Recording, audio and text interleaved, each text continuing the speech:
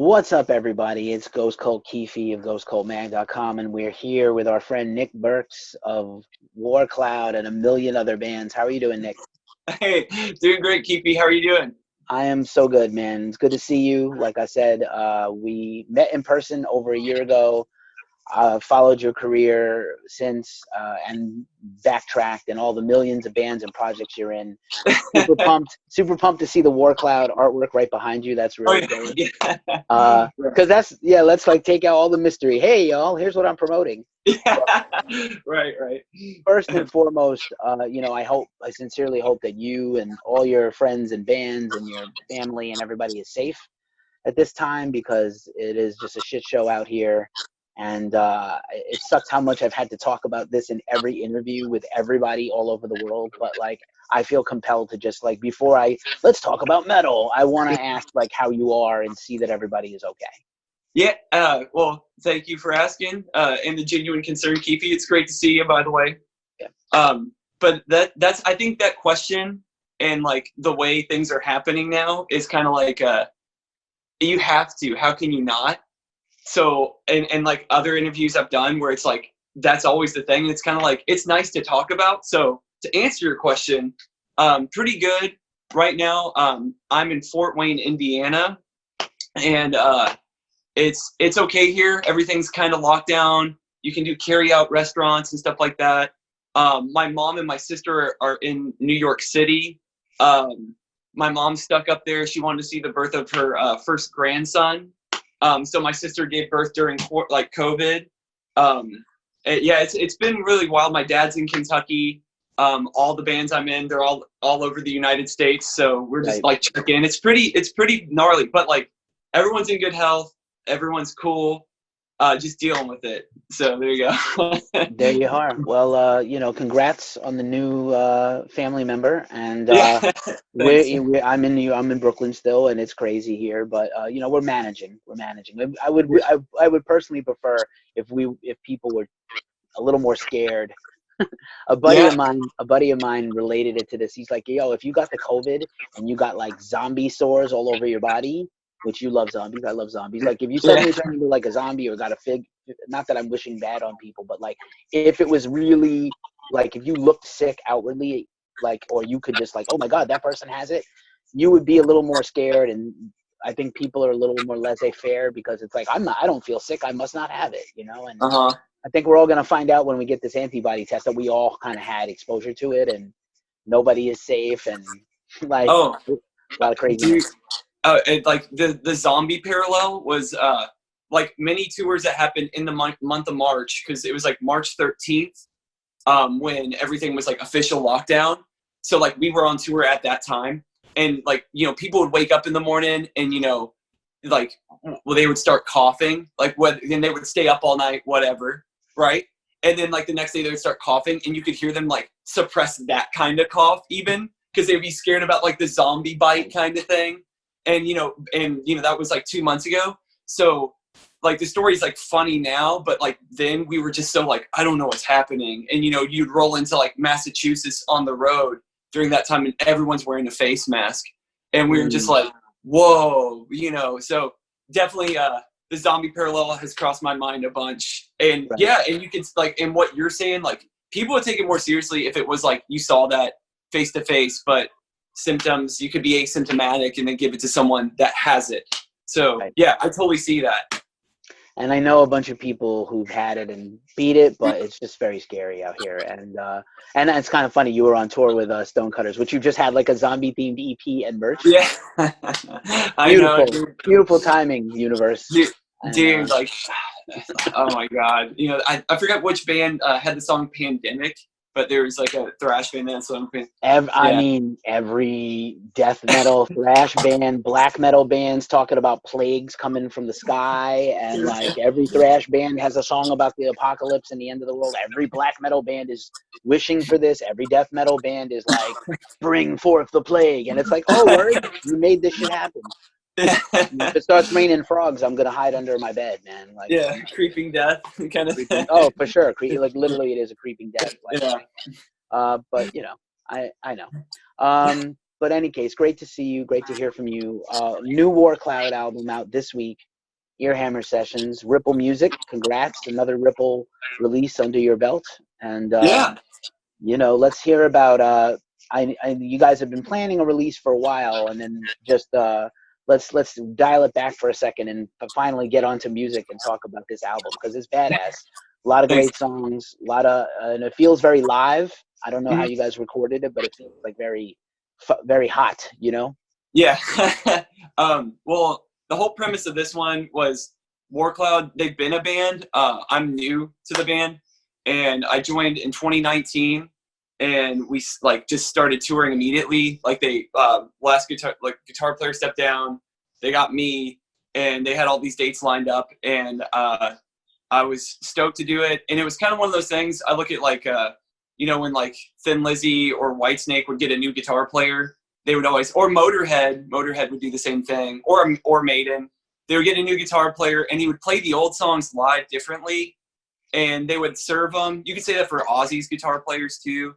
They would play the old songs live. You learn it, it'd be in your DNA, and then you would kind of embellish on it. And then sometimes they would like look at me like at rehearsal, and they'd be like, "Don't do that." And then sometimes they would just like slide, and they would just sound like cool. And so we play these songs live, and they're songs off the premise of Earhammer Sessions. Ooh, right there. Is basically the first two records played live in a studio, the way the current lineup of the band is. So it's pretty cool because like what you hear on the last record that came out in 2019, State of Shock, and then their first record, which is self-titled, you hear those like reimagined with the current lineup of the band.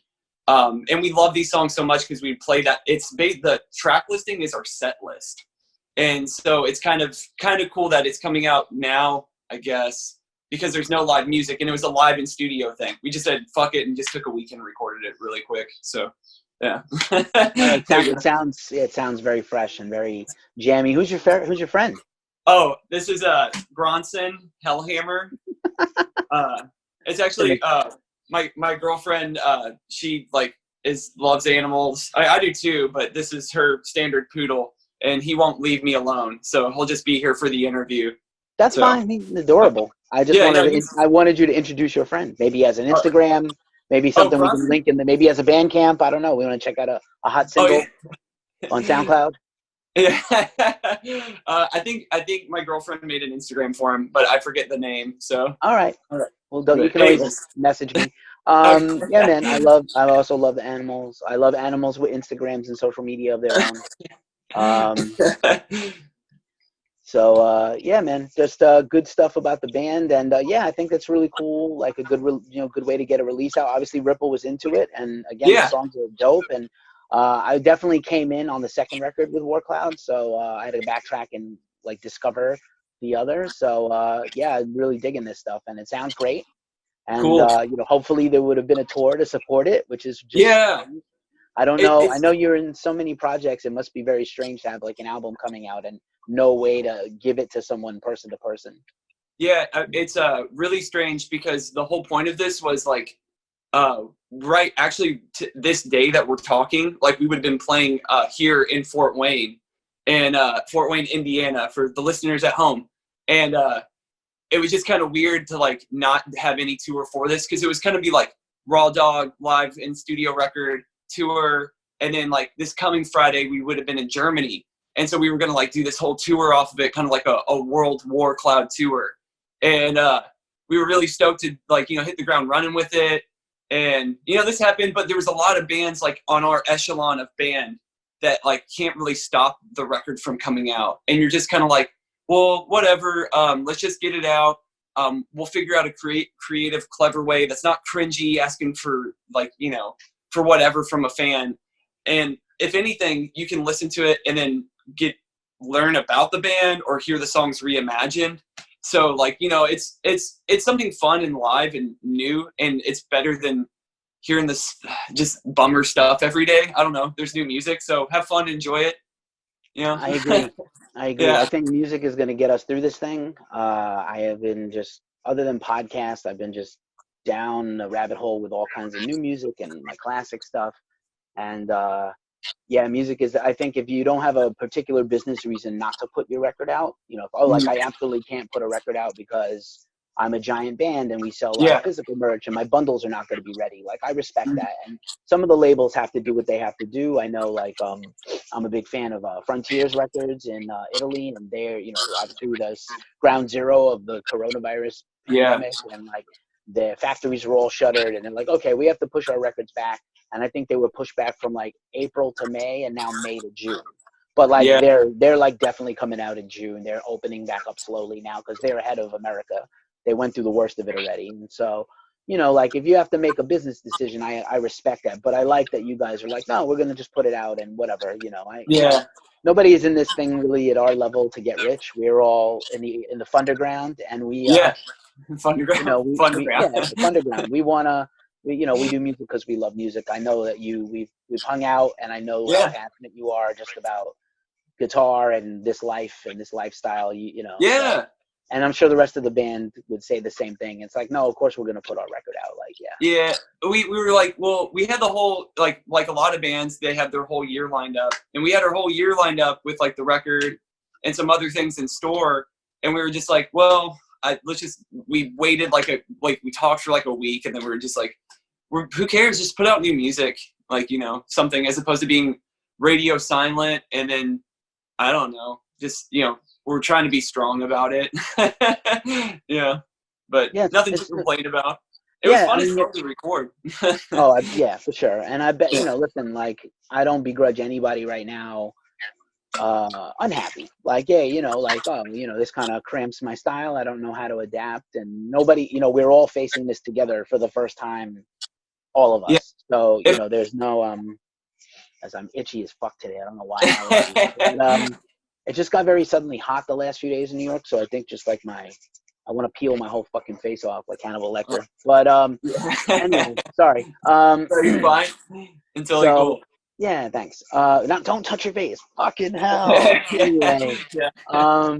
but yeah, I appreciate the spirit, and like, yeah, man, I wouldn't begrudge you if you were down about it. Like, you know, it'd be Yeah. cooler if we could go do a show tonight. I got you. I Yeah. really do.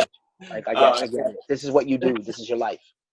Yeah. It is kind of a bummer because like, uh, you know, we were about to be in Europe like this coming week. So you're like, oh man, so sick. But that's not the case. I don't know. But the record's fun. We got to record it in Oakland, and the studio was really sick. It's called Earhammer Studios, Yeah, cool. and they put out like records by Necrot and Autopsy, Right.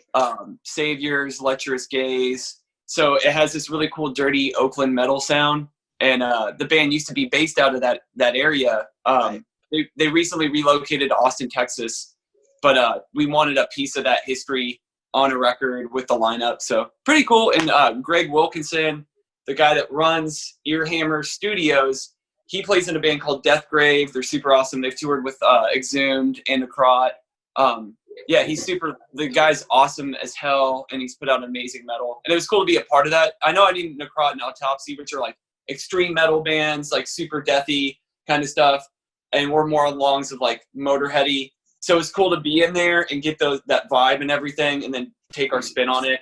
And then we got Alan Deutsches to master it, and he's done like Mastodon, Gore, Motorhead, Right. Origin, like Baroness. I don't know, but like everybody like You Love has mastered by him, and so it was cool. I'm like really proud of it. It's fun to play music like I grew up.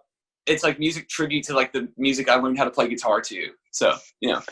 Yes, that's the War Cloud vibe. I love the Motorhead reference earlier. Super cool because I'm a big Motorhead guy. Also, I actually just rewatched the Motorhead Behind the Music because I hadn't seen it in a few years, and I had like a playlist going on YouTube, and I was like, oh, let me Behind the Music, Motorhead Behind the Music, let me see. Yeah. And I was like, oh man, I want to just hug Mickey D and Phil Campbell right now. Like they're seeing some shit. But yeah, man, War Cloud is definitely like the child of the classic shit Motorhead. I love Saviors too. It's funny that you mentioned them because I also was like, oh yeah, I got that vibe, like that kind of style vibe. And a few other bands, I think they're sort of a current grade of bands who are like throwing it back to that Lizzie, Motorhead era, late Mhm. 70s, Take No Prisoners, badass It's shit. huge. I think that's like a huge thing. And have you seen the fest in Germany? It just got rescheduled to next year. They announced the lineup for it next year. It's called Keep It True Fest. Have Yep. you heard it? Yeah, It's on the bucket list. Oh, really? Yeah. I'd love to go.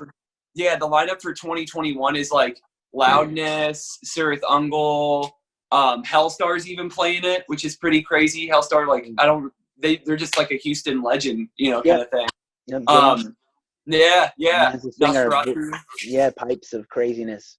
Yeah, we were actually supposed to play with them last month, but yeah. Right, maybe because they're Texas and now part of the band is located in Texas, maybe you guys will get something together. Dude, And so sick. That'd be awesome. Ridgell just released a new album actually like a few weeks ago on Metal Blade. So yeah, that's great. I didn't know. Dude, it's crazy. Like, but that Keep It True Fest, they got Sirith Ungol, Loudness. Jeff Tate's doing a set there. Dude, right? He's great though, but like I hope you get him on a good day, because we love Jeff here, and I love we love Jeff and his whole legacy and everything. But like also, hopefully he's in a good mood. Yeah, no shit. Like, catching diva out carefully. If he divas out, like he might wild out. Yeah. Oh my god. But yeah, he's playing it, and there's a bunch of other like bands like Solicitor, Bloodstar, Smolder's playing it. There's a lot of awesome bands on there, but that's one I would want to check out. Something to look forward to. But yeah, I don't know. Good stuff, man. Good stuff. And then so I know, like, how has this impacted some of your other? Obviously, we see how this has impacted Warcloud. What were the other? Has this impacted your other bands' plans as well? Yeah. Yeah, like we didn't even. I mean, I can tell you now, but we didn't even announce a tour that's supposed to happen in June for Stonecutters. So you get the exclusive on this one. And there was a tour that was gonna happen next month, but it's not happening. And we never announced it or anything like that, just because of the climate of things. Just kind of like, I don't know what's happening. So we just let that one. We took care of it like behind the scenes. So lost that one. Warcloud has most of the year planned out, and it's just been kind of a nightmare checking day by day of every venue. Some venues are closing. Checking in with the bands, because like we usually take care of all the booking on our end for like Warcloud. So like you book the city, you get the bands on there. There's kind of like a whole social network of that. Like all the people listening that are like my peers, they probably understand what I'm getting at. You check in with the bands, check in with the clubs, and you go, how's October? It's starting to get this way, but let's back up. You're like, how's August looking? It's like, just check in. It's news changes day by day, week by week. So Warcloud, like to answer that question, Warcloud has the whole year planned out, but we don't know. Same with Stonecutters, same with all the other projects I have. So I don't really know.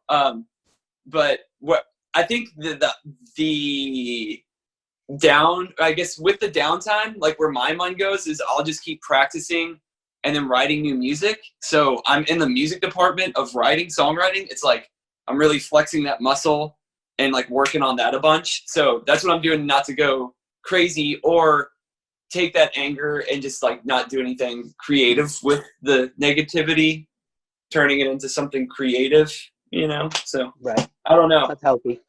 Yeah. Because if I don't, I'll get cranky or something. I got you. Yeah, I love your social media presence. You are always riffing. Oh yeah, fuck great. Yeah. I love your IG, and you're always got a guitar, and you're always either like, yo, check out this riff from this song you all know, or check out this new thing I'm working on. I don't know what it's gonna be yet. So I really love that. And you do lessons too, right? Do you do lessons? Over Skype and stuff, right, or whatever. Yeah, I was supposed to teach one right before this call, but they had something happen. But I've been teaching just like the way we're having interviews now, which is a whole nother weird thought I've had lately, is like, you know how people have living rooms in their apartment and stuff like that? You're going to have a area like what we're having right now. And it's going to be like the vanity mirror or something like that, but for this in the future. And so that was like some like trippy thought I had where I was like, dude, that's probably going to be a thing. So I don't know. But yeah, I'm teaching on this format right now. And it's kind of cool. Like everybody's pretty chill about it. No one's been like, you know, every conversation's like, how are you doing? Doing okay. And then like they're really like focused on the lesson because it takes your mind off of like everything else that's happened. So yeah, but teaching lessons is fun. I love teaching actually. I do it on the road too. And those are always really fun because sometimes like the person has been really excited about this or excited about the tour, and then they'll ask for like songs for you to play that night. That shit's awesome, man. I love doing it. Hanging out. It's cool. Super fun. Yeah. Making friends and teaching another generation of axe people, guitar greats, perhaps, like yourself. Oh, dude. You are literally amazing. If people don't know your shit, you are insane, live and on record as a guitar player. So I love the dedication. And I love it. It's inspiring. Yeah, the first time you saw me play was with Horseburner, actually. Yep. And I think you learned that whole set in like a week. Did their guy was leaving and you had to learn the set? Yeah. And of their awesome record that's like their awesome record that had just come out that's like a masterpiece, and you're like, I got this. Yeah, that was I think that was before the Thief, which is the Horseburner. If listeners at home, if you haven't heard this, there's a band called Horseburner. They're really good. They're actually on Ripple too. They have a record called The Thief, and it's fucking awesome. But they sent me that, and then I learned it. Or they sent me the set list. So it was stuff that was on The Thief that hadn't come out yet, because I think it came out like around there, whatever. And I toured with them, not in their band before, so there was a history with them. It wasn't like they cold called me and then they're like, get in this van with us, like with a bunch of strangers. That would suck. So like I could tolerate them as people, like, you know, they're super great guys, and then their music's great too. So it was fun as fuck. I remember being on that tour. I'm like, it's such a different vibe, but it was fun. So yeah, that was awesome. That was the first time we met. Yep, that was a great night at the Well in Brooklyn, and that band is incredible, and that record is incredible, and I'm looking for more stuff from them and more stuff from Stonecutters and all your other millions of projects that you seem to get into every week. I'm in a new band. I love it, man. Yeah, the spirit. It's fun. It'll keep you, you know, you can't get bored if you're always working. Yeah, I've never had a problem being bored, because it's like there's always something to do. And there's always someone trying to talk to you about something, and that's always exciting. And I don't know, I love it, man. I have nothing negative to say. Could start talking about the nerdy guitar stuff. I don't know. Yeah, I was gonna say, like, when you pick up the guitar, you get up in the day and you start to, I'm gonna play guitar. What do you go to warm up? Like, what is your, you know, warm up scales or your warm up songs? Oh yeah, like that. Yeah, like warm up stuff. Really, I know that everyone likes to play like Van Halen leads. You know, every guitar player loves to noodle. All you noodlers out there. But really, I've been trying to discipline myself in like rhythm, and like whether it's like a James Hetfield down pick, or like swing of like a Scott Gorham Thin Lizzy thing, or Motorhead thing. They have like some swing and stuff. I try to focus on rhythm, because I think in music, that's like 90% of it, and then leads are like the other 10%. So, which is hard, because I suck. I remember being in Germany, and we were like at this dinner party, and the dude was like, play guitar, play CCR. And I was like, yeah, like I'm from Kentucky, I know CCR. Everybody knows fucking CCR. And it was like Proud Mary, like Rolling on the River. And I could my rhythm was like shaky, and it was just me playing on acoustic guitar. And I was like, fuck, that's like the most simple thing. So ever since that moment, because that moment has been burned in my brain, it was embarrassing. We did it, but I was disappointed in myself. But I just work on like rhythm stuff. That's when I first wake up, because your brain is more attentive when you wake up. You know, you're just way more focused. And so like I'll really pay attention to rhythm, because if you don't have that, then you're not going to have a fucking rockin' song. Totally true. Yeah. Fogerty is a sneaky good guitar player. I know that when you go back, it's 50 years ago, and they wrote like those 3 albums in like 14 months, which is nuts. Yeah. And they're not even from this, like really not from the South. They're from the West Coast, but like they love Yeah. the South for whatever Yeah. reason. They grew up on the blues and country. And Fogerty has got insane technique from 50 years ago. Like he was not talked about. Everybody was talking Yeah. about Jerry Garcia and stuff like that, and obviously Jimmy and Clapton and Page. But like Fogerty is the shit, and I love me some CCR. And it's not easy to get that swing. He also had like a swing in his Yeah. like a little. The swing of everything is like something I feel like metal guitar players, and like I'm totally in this category, suck with, like the feel, because everything's just like da, da, da, da, da, da, like that kind of thing, which like I'm a sucker for. I wish I could play it all the time, but I think to really push myself I have to practice things that I'm uncomfortable playing. And so if I could give one piece of advice to everyone is don't be afraid to make mistakes, because that's how like really cool stuff is created. So there's creativity and making mistakes. You know, I'm not saying like go crazy Kerry King like noise stuff, but you know, something like that. I love Slayer and I love Kerry. And funny enough, I saw the last Slayer show in New York City in November. I got like I wasn't gonna go. I've seen Slayer like 20 something times in my life, going back like 30 plus years. But like I wasn't going, and then somebody came up with a free ticket at the last second, and I sat in like a nosebleed row. And I was thrilled to just be in the room and be in the building. And then like toward the end of the set, he had trouble playing like a really simple piece that started a song. And he just was like, he tried to nail it 3 times and then he just skipped the part the 4th time. It was kind of funny that even at his level, because he's a legend and I'm not harshing him at all, but like even at his level, in the middle of his final few shows ever, literally like 2 weeks left of the whole career of Slayer, and he was like, I fucked up this part. He's like, fuck it. Like, sometimes you gotta, like, I can't get this part tonight. Yeah, I mean, it happens. Like, it could be one of those things, like, sometimes you do it so much, you're like, man, I totally forgot, like, when my birthday is. Like, it's just, like, I'm so exhausted or something. Like, so, you know, it's always, like, I always look at those moments with, like, musicians that, like, forget a lyric on stage or something like that. It's, like, you do it every night, and it's just sometimes you just slip in exhaustion, too. Because Slayer shows, it's like they play forever, dude, and like it's relentless, you know. And Gary's always just like killing it. You know? My god, yeah, I love Gary. Yeah, he's a shit. Dude, I love Gary. He's like the coolest motherfucker on the planet, man. He's awesome. He's so cool and he's so humble and neat. And well, forgive these motorcycles behind me. And what I love about Gary is there's nobody that has more fun than him on stage. And you remind me a lot of Gary. I got to be honest. Yeah, sweet. He's kick-ass. The best. I mean, a creepy fan story about Gary. It's not creepy. I think it's like sweet. Is his wife came to a War Cloud show and on the West Coast, and like we all were like, I think that's Gary Holt's wife, and like she like watched us play and like looked like she was having a good time. So that was pretty cool. Like I didn't say anything to her because I wasn't gonna be like, dude, you're Gary Holt's wife or something like that. But it was totally cool. I'm like, hell yeah, that's awesome. Looks like she's having a good time. So that's super sick. Yeah, they still go to shows locally and they go out and they're in the scene out there. They do care about it. Gary has said as much. And then Gary's also my favorite guy to photograph because he just like, who has more fun than him playing lead guitar on anything? Oh, yeah, nobody.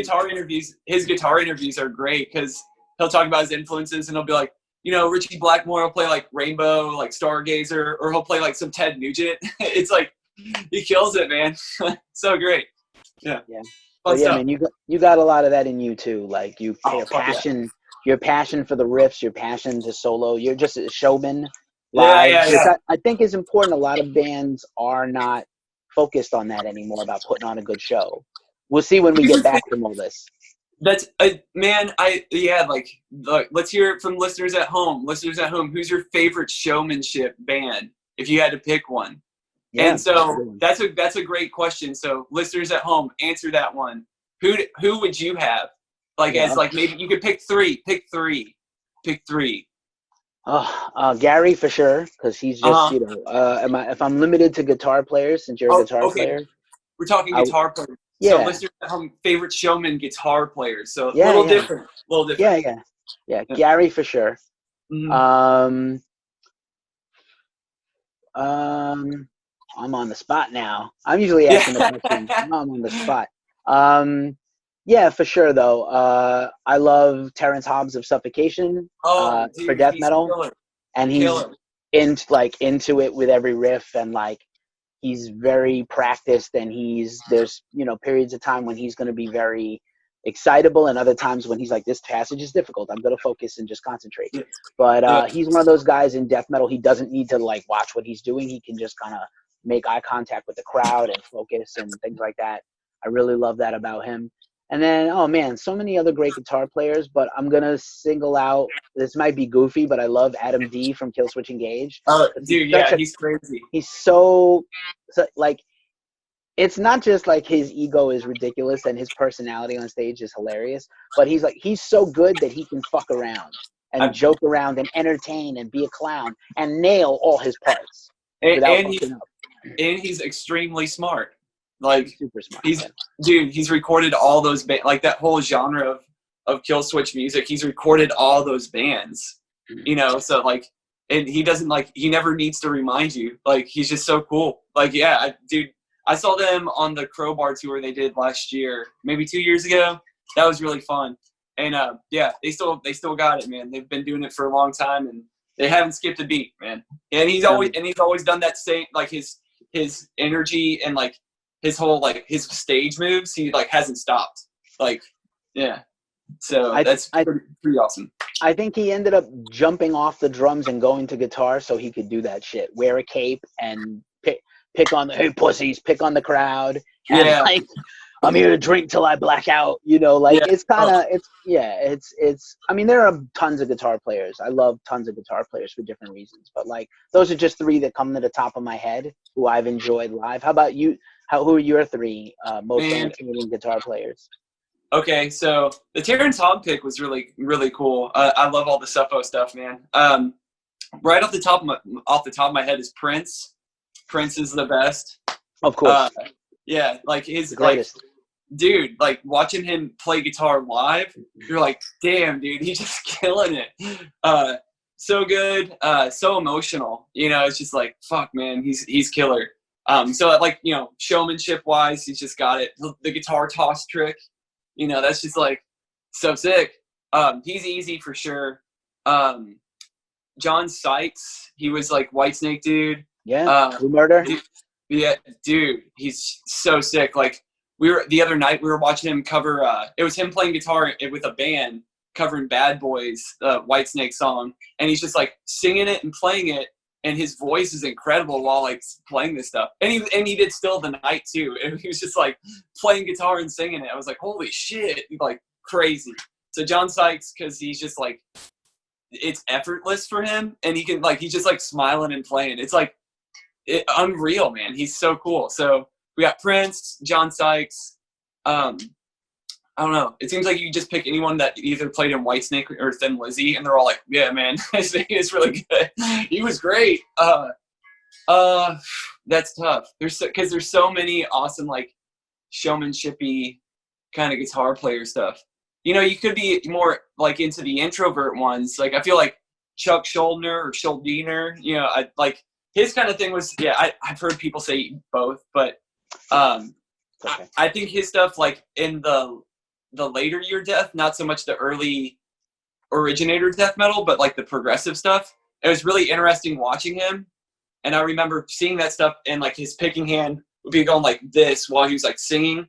And that was one of the first guys I ever saw do that. And I was like, holy shit. And he's just some weird guy from Florida, like jeans, cowboy boots, sometimes no shirt, like just playing the most bizarre guitar ever. So that image really stuck with me. And then I was just fascinated by him as a person, just watching him like play and sing, and that whole style was really cool. So like, that's like a big spectrum. You could go from like Prince to like Chuck, but at the core of it, it's still like I would sit there and learn both their songs. I mean, they're so smart with it. So there's like an element of like style, and then there's the element of like sophistication and smarts with songwriting and like musical execution that I really love about players like that. So Those are the criteria for a showman. That would be it, man. Yeah, I mean, Prince is flawless. It's funny about Chuck because, like, I think about all the other guitar players who've played with him in contrast. They're all opposite him, like Cabell, and I love Paul Masvidal, huge Cynic fan, rest in peace. Yeah. But I've seen Paul up close, and Paul learned from like Segovia how to play classical guitar, but also he gets like very intense. Like he's not really animated, even with his own groups, but like he's very intense, just quietly intense when he plays like a difficult part. And he has like one forearm that's like enormously bigger than the other. Oh yeah, dude. So he starts to like riff, and you see his like musculature like a G.I. Joe doll. Yeah, while he's like crazy, like super like buff yoga instructor alien person. Yes. Yeah, dude, he fucking kills it. I love or like because you have like kind of crazy in a career of a band, you can have Paul Masvidal or Andy LaRocque from like King Diamond like played on a record. Like Individual Thought Patterns, that one. Human was like Paul Masvidal's shit's just like what the fuck. And then Andy LaRocque stuff is also mind numbing. So it's like you have both of those guitar players in that band, and they're all like they all perform different. Like I got to see Andy LaRocque and King Diamond last year, and like he's just like rocking it, dude. He's just like out front, just killing it, you know, like so smooth. But yeah, Paul's awesome too. I got to see him play in Cynic, and he's just like in a zone. He's like so zen. So that's like really neat to see too, is someone like just so like great performance, man. Fuck, incredible. So focused up. I love it. So yeah, man, as we wind this down, I want to give you back your day, your Sunday, fun day, guitar day. Every day is guitar day for you. Yeah. But yeah, man, besides music, what else are you sort of doing to stay, just kind of keep your spirits up and stay busy? Anything else in particular? No, I mean, watching like Westworld, I guess, that's really fun, you know. Yeah, Westworld's cool. That's about it. You know, like walking our dogs. Music is like kind of like what I just like doing. So that's about it. Nice. Did you finish season 3 of Westworld? I love the ending. Really? Yeah, I loved it. I won't spoil it. Haven't seen it.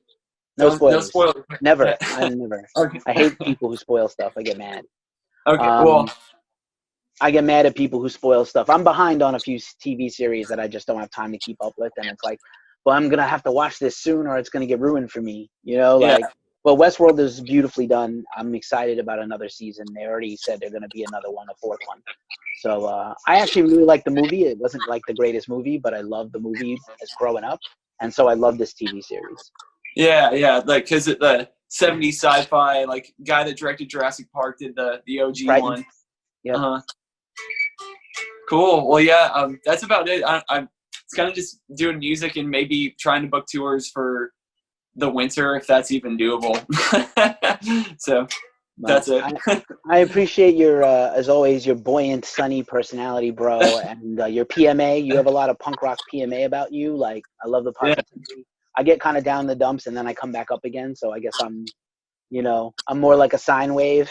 And you're like a crescendo all the time, which I love about you. And it's just good to see your face, man, and I hope we have a beer together next year or whenever we get back to doing this shit with whatever band makes it to New York first. I hope that's you. Hopefully I'll be seeing you sooner than later if this all works out. I hope so, man. I hope so. Yeah. Peace. Thanks, appreciate you, brother.